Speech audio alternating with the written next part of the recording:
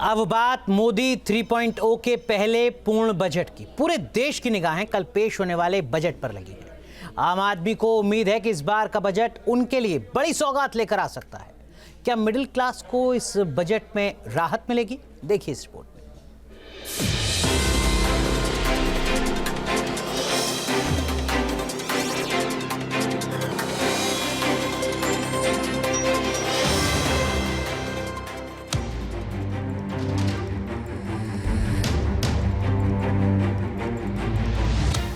मोदी सरकार के तीसरे कार्यकाल के पहले पूर्ण बजट का काउंटडाउन शुरू हो गया है।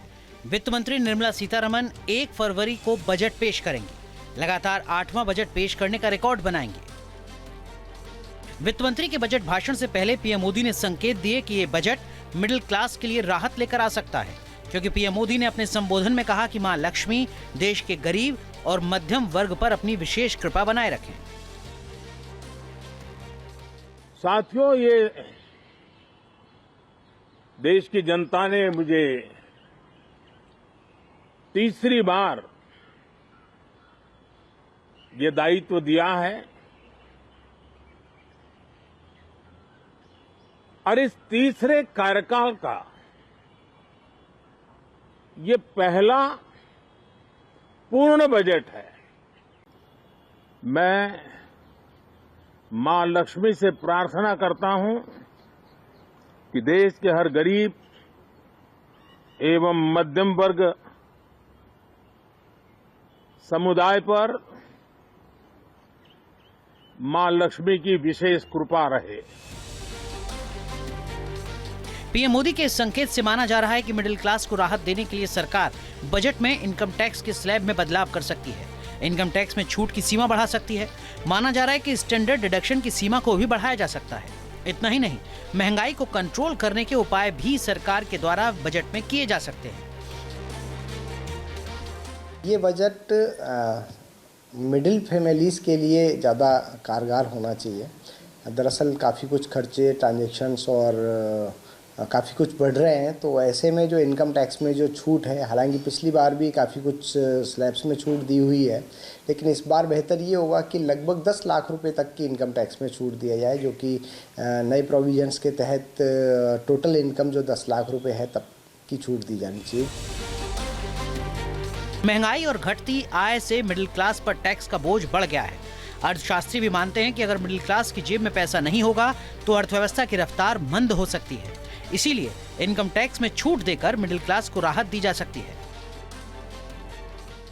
जो ये टैक्स के स्लैब्स है ना, थोड़ा कम होने चाहिए।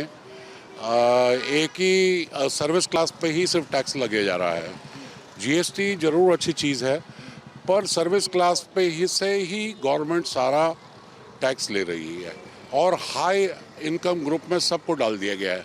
वित्त मंत्री जी से हमें उम्मीद है कि सीनियर सिटीजन को कम से कम सबसे बड़ा बेनिफिशियरी मेडिकल में और टैक्स में, ये टैक्स में थोड़ा रिलीफ होना चाहिए कि सबको फायदा हो, सबके बारे में सोचना चाहिए, और मेरे ख्याल से वो सोच रहे हैं। माना जा रहा है कि मिडिल क्लास को राहत देने के लिए बजट में हाउसिंग सेक्टर को बूम देने के लिए सरकार कोई नई योजना भी ला सकती है, क्योंकि देश में अफोर्डेबल हाउसिंग की जरूरत महसूस की जा रही है। साथ ही शिक्षा और रोजगार पर भी जोर दिया जा सकता है। तो हमें अगर अच्छी शिक्षा को अफोर्डेबल बनाना है तो पहले तो मेरी दरख्वास्त है कि जो हमने एजुकेशन मटेरियल्स पे जीएसटी लगा रखा है, बिकॉज हमने नेशनल एजुकेशन पॉलिसी में बोला है कि एजुकेशन मल्टी मॉडल होनी चाहिए, सिर्फ किताबों से नहीं। आप स्मार्ट क्लासेस से पढ़ाइए। अब स्मार्ट क्लासेस में इंटरेक्टिव पैनल, टैबलेट्स, इस पे 18 से 28% टैक्स है। वो अगर हम निकालेंगे तो जो पेरेंट्स पे फ़ी का बर्डन है वो कम होगा और हम अच्छी एजुकेशन को अफोर्डेबल बना सकते हैं। सो अगर हमें अच्छी एजुकेशन को ना देश के कोने कोने तक लेके जाना है तो ना केवल हमें सरकारी स्कूलों को इम्प्रूव करना है, जीडीपी परसेंट एजुकेशन को इम्प्रूव करना है, लेकिन जो प्राइवेट स्कूल में भी हम आधुनिक चीज़ें लेके आ रहे हैं उस पर अगर हम टैक्स हटाएं तो सबके लिए ये बेटर है।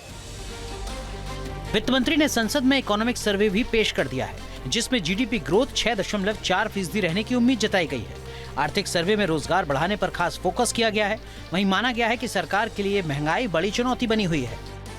अब सबकी निगाहें बजट पर है। लोगों और खासकर मिडिल क्लास को उम्मीद है कि ये बजट उनके लिए खास सौगात लेकर आएगा। Team, news nation. News nation अब व्हाट्सएप पर खबरों के ताजा अपडेट के लिए न्यूज नेशन के इस QR कोड को स्कैन करें।